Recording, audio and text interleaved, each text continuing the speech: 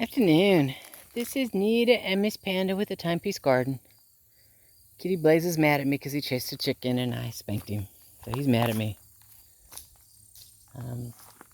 I again have to find a house for Kitty Blaze. Everybody has a job, and Kitty Blaze, just like Panda, is not allowed to chase the chickens, and the chickens aren't allowed to chase Panda. You know, just can't be doing that. So, I know, firewood. So, what are we talking about? Everything. Everybody's just disagreeing with me today.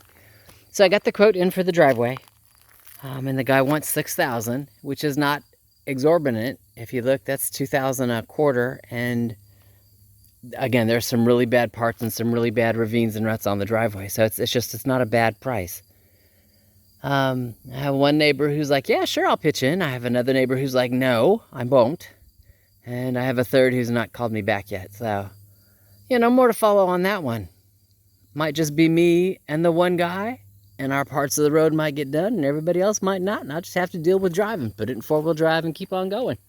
We'll see. Having said that, since I know how much that's going to cost me, I'm going to see how much of this tree I can continue to clear. As far as just the top and the treetops goes, get that stuff hacked off, and not in the way type thing. Because winter's coming, and that way if I have to wait a couple of months because I pay for a road, I won't have the money necessarily to pay for this tree. Or that tree. The one that doesn't have a top anymore. Can't do both things at the same time, so it's kind of one or the other. I'll just figure it out from there. So anyway, that's what we're going to work on, is that tree. Talk to you in a few. Alrighty. You can see where the chickens are. There's where my gray water comes out at. The chickens are below it because I've got all the branches and debris pulled way off over here to the right. So when the gray water fills, like if I'm doing 2 or 3 loads of laundry, makes sense, it goes down the hill like it's supposed to. The leaves aren't blocking it, so it's not going to back up, which is awesome. And I didn't realize that until I actually started coming out and messing with it.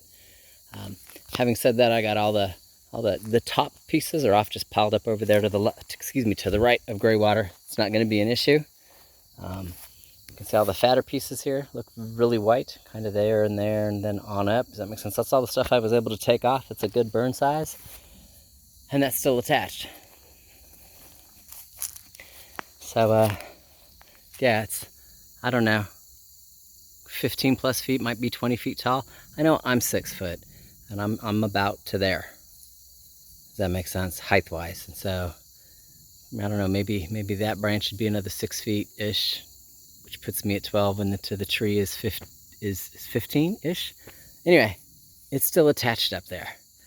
I've used my come-along stracks from where it was over there and got it literally all the way up here. So it, it's not crazy where the gray water is, because I still have to be able to work at the gray water should there become an issue or a blockage or whatever. I've got to be able to work at the gray water.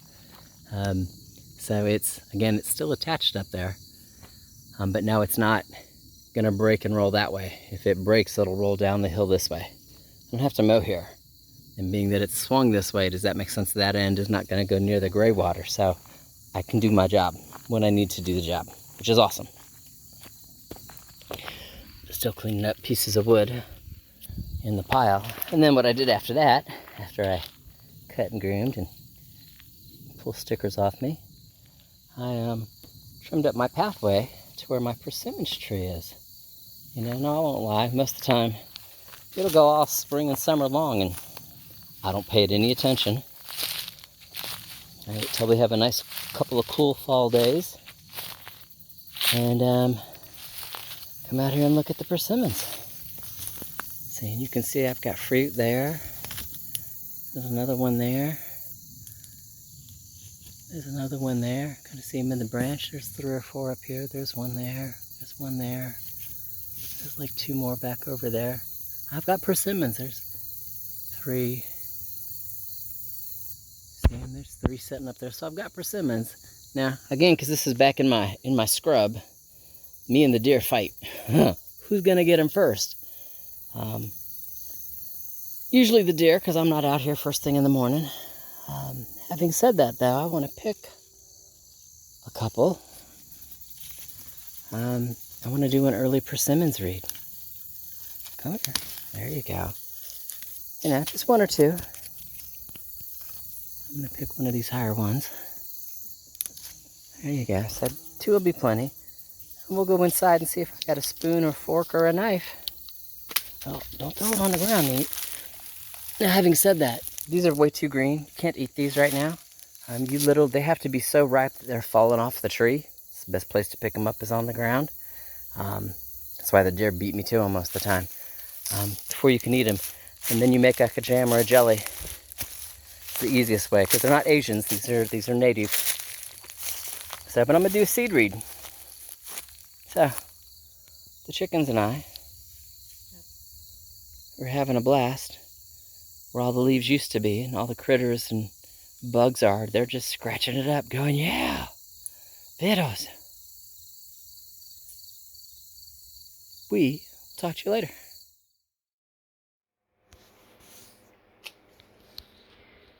So the persimmons have been cut. Seeds have been busted open. And every single one of them is a spoon. And that means snow. Lots and lots of snow.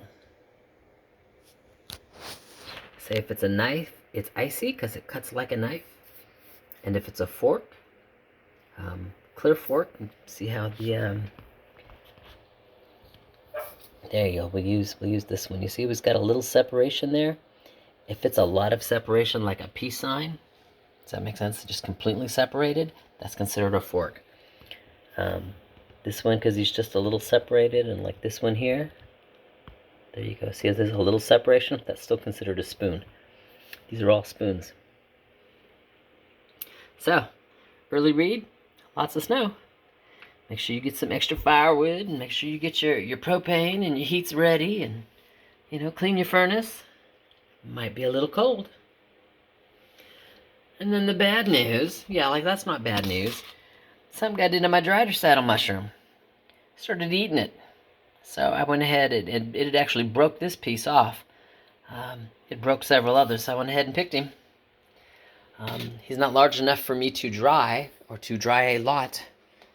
Does that make sense? That maybe 2 trays max. So I'm probably going to have mushrooms with butter and garlic with whatever I cook dinner tonight. Being that I've got, you know, jars of chicken in the wood mushrooms already dried, I think the treat tonight will be good. All right, having said that, y'all have an awesome day. It's September. Are you ready?